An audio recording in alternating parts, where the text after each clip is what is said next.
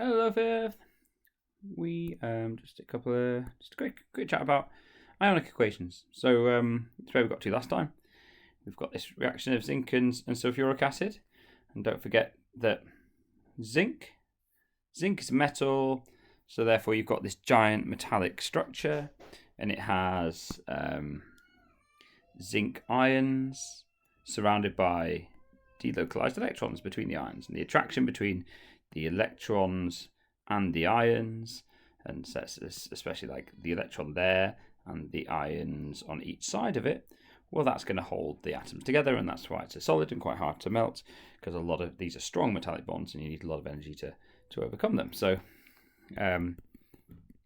we spent most of the time getting really a little bit of bonding revision, and then we also looked at how a reaction would happen.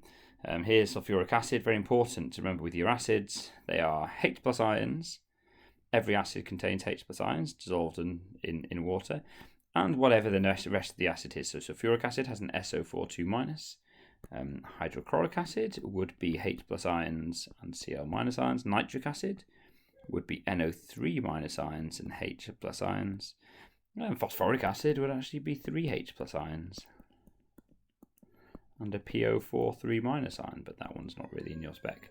So that's always worth keeping in mind. Just get rid of these.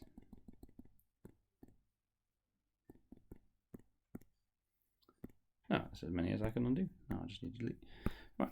And then when you do a reaction metal plus acid, you make the salt, which is normally dissolved unless it's an insoluble thing. So if in doubt, it's aqueous.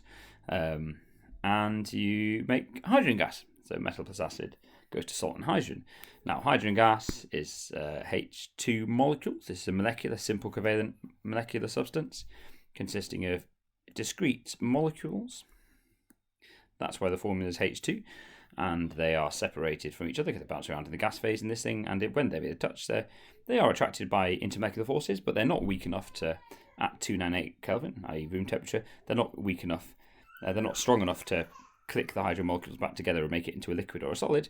So this thing stays at a gas at room temperature. So they're quite weak intermolecular forces there. So a little bit of bonding revision and just getting used to really taking an equation apart and understanding exactly what each state is. And look at the difference between H2 there and H2 there. You know, H2 on its own is diatomic. The only reason the 2 exists when it's one element there is to say they must hang around in pairs, whereas the 2 exists here in H2SO4 doesn't necessarily mean they hang around in pairs at all. It just means the ratio of hydrogen atoms to sulfur atoms to oxygen atoms is 2 to 1 to 4. Hydrogen, there's 2 of them, and they, in this case, at H+. Sulfur is 1 of them, and 4 oxygens, and it happens to be that the sulfur and the 4 oxygens hang around together as a 2 minus ion, and the H pluses are at H pluses.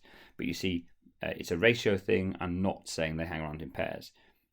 The element is the time that they hang around in pairs and not in the compounds. Okay, so that's kind of where we got to. And to be honest, that's all the hard work done. But now we're going to put an ionic equation together through. And an ionic equation is basically an equation that only involves the things that actually change or react. And therefore doesn't involve spectator ions, which basically haven't changed. So a spectator ion is, okay, SO4 minus, look at it there.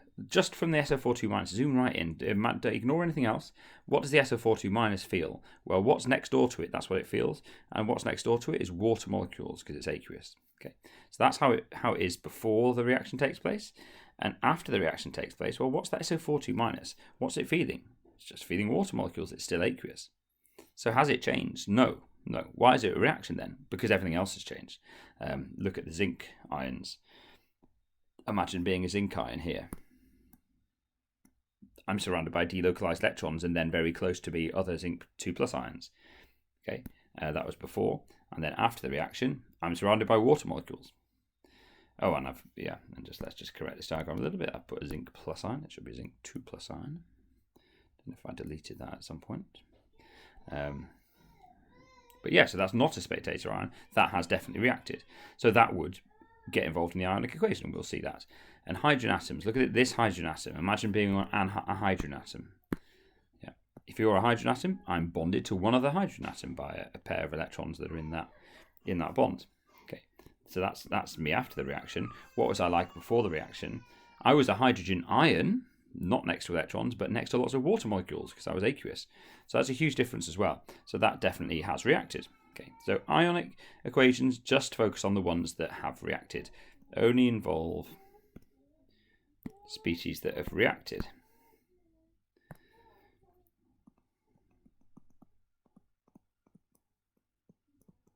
So species that react. Species is just like the SO42 minus. That's a species. It's not one that reacts here. It's a spectator ion. But the Zn2 plus, the zinc atoms, they're species. You know, species is an unspecific small thing in chemistry. And I'm going to say are involved in the reaction. I.e. chain. Oh, let's just put chain. Involved is a fluffy word, too much of a fluffy word. That change. So change in reaction.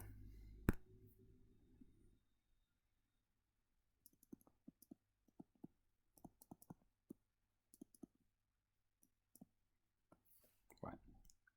So we are saying, okay, well, how did our zinc start off? Our zinc started off as metal and finished as zinc 2 plus ions in solution. So that's definitely changed. So first, Zn solid. That's how it was. At the end, Zn 2 plus aqueous. And you see how the state symbols are especially important here because it tells us whether, you know, Zn 2 plus couldn't exist in a solid because all those positive ions would repel each other unless you had delocalized electrons, but then you wouldn't call it Zn 2 plus, you'd call it Zn metal, Zn solid. So here the state symbols are very important because it allows you to see also if something's changed from a solid to aqueous, well, that's definitely reacted. That is a change in state that's not due to temperature, so therefore a reaction must have happened. So here, what else has happened? Well, the H plus ions have changed to H2. So H plus ions, aqueous on the left-hand side. H2 gaseous on the right-hand side. Now, let's make this all balanced. Well, Zn's balanced. H pluses and H2, well, that's not balanced. I must need two H pluses. Okay. And that's my balanced ionic equation because the sulfate ions did not change. They were spectator ions, so they do not belong in the ionic equation. So that is my ionic equation. One very important thing to note. It's 2H plus aqueous because I had two individual H pluses floating around that had to group together to make a hydrogen molecule. And they needed some electrons from delocalized electrons. But they were two individual H pluses on the left-hand side. So that's why I write 2H plus. In the overall, look at the not ionic equation, in the normal equation, it says H2SO4. But that doesn't mean I look at the overall equation and just cancel out the spectator ions, which is very close to what I do. But I don't cancel out the spectator ions and leave it. I cancel out the spectator ions and think, okay, well, what was the form of the other stuff that's not a spectator ion, and write that down properly. So here it would be two H pluses, not H2, 2 plus or anything like that. It would be two single H pluses. So we write that as 2H plus. Here it would be Zn, but when I've cancelled out as SO42 minus, it would be Zn2 plus. So that's why that's gone in there. So just be very careful that you don't leave twos in that were ratio twos between the 2 and the sulfur and the oxygen because they don't belong there. Oops, undo that. Oh, I just have to get rid of it and get it back again. So yeah. And then just get rid of those as well. Bear with me. Good. So the work for today is going to be a worksheet with lots of examples, and I'd like you to have a go and do them by first writing the overall equation and then simplifying it to ionic equation. If you get stuck, draw a diagram like this, really digest it, okay? But you don't need to draw a diagram in this much detail as long as you visualize something like that as you go along, okay? So I'm going to give you one more example, magnesium and hydrochloric acid. So Magnesium. Magnesium is a solid metal. Plus hydrochloric acid. Sorry.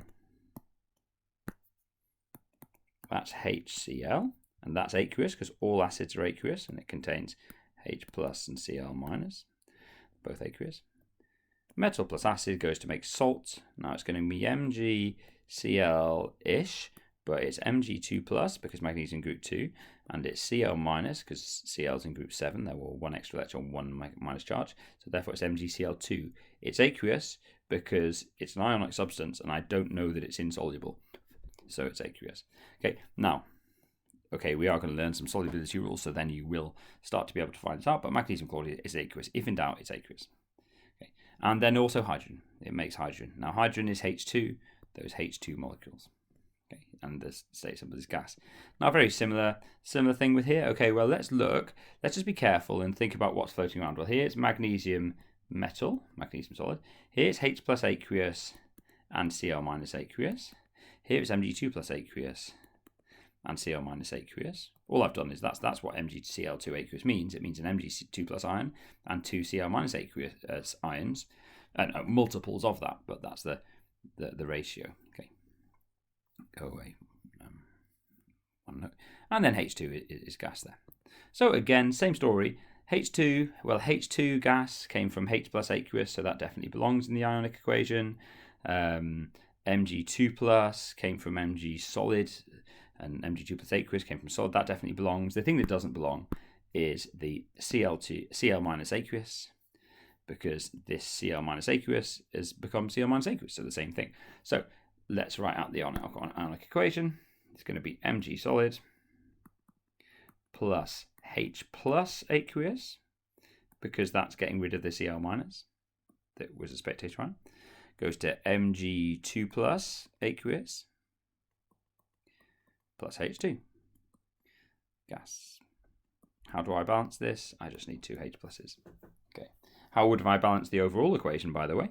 I would have needed two HCl's, and actually everything else would balance. So the balancing is often very similar. Just be careful with that big, like, two H pluses needed for zinc, whereas in the sulfate, it looked like it was H2SO4. So those two H pluses needed a little 2 in H2SO4 because it's a ratio in a compound, but a big 2 ahead of it when you're not considering the SO4. Okay, so hopefully you find them all right. There's going to be questions and answers, and just go and have a go. Don't go to the answers too early, but definitely do go to the answers and leave the last 5 minutes of the lesson to make sure that you've marked all your work and that you're happy with it. Questions on Teams, and I'll get back to you as soon as I can.